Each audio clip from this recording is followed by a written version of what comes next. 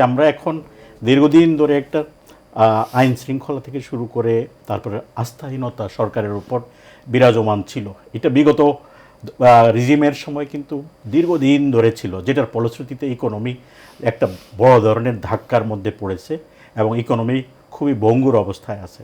বিগত আমাদের interim government চেষ্টা করেছে যে পার্টিকুলারলি ব্যাংকিং সেক্টর, ফরেন কারেন্সির একটা স্টেবিলিটি আনার।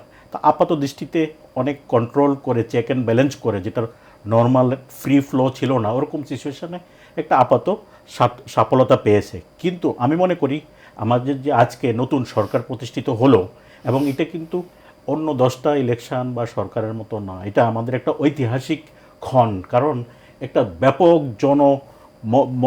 মতের প্রতিফলনেই কিন্তু এই সরকার প্রতিষ্ঠিত হয়েছে। ওভারঅল বললে একটা সুন্দর ইলেকশন হয়েছে। আমরা সবাই খুব শঙ্কিত ছিলাম যে আইন শৃঙ্খলা পরিস্থিতি নির্বাচন পূর্বক এটা যেন ভালো থাকে, কারণ সব নির্বাচনকালীন আইন শৃঙ্খলা বাহিনীর ভূমিকা আপনার কাছে কেমন ছিল? আমার কাছে মনে হয় খুবই ভালো ছিল।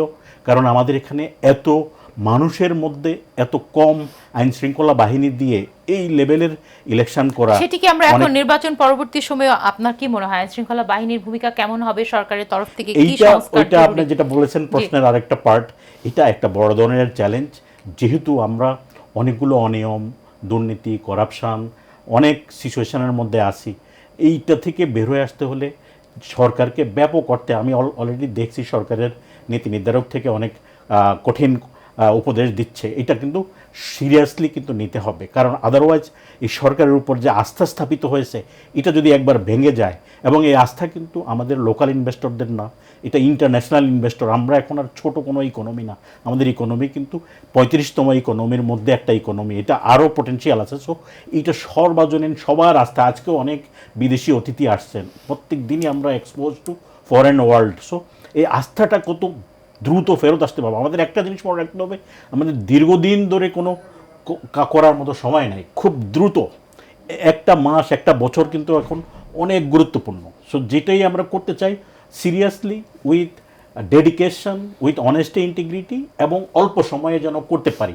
আদারওয়াইজ আমাদের পাশে যেমন ওয়ার্ল্ডের সেকেন্ড লার্জেস্ট ইকোনমি আমাদের পাশে, ফোর্থ লার্জেস্ট ইকোনমি আমাদের পাশে, ওরা কিন্তু বড় হচ্ছে। ওরা বড় হওয়া মানে আমরা আরও প্রবলেমে পড়ে যাওয়া। সো আমাদেরও কিন্তু এই ব্যাপক জনগোষ্ঠী নিয়ে, এই পটেনশিয়াল নিয়ে কিন্তু আমাদের এই গ্রোথ হাইওয়েতে কিন্তু থাকতে হবে খুব দ্রুতভাবে।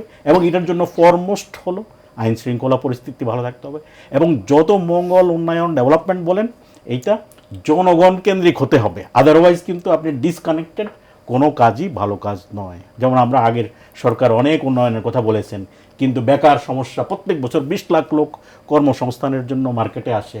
এখন ব্যাপক 10 থেকে 12 লাখ উচ্চশিক্ষিত বেকার আছেন।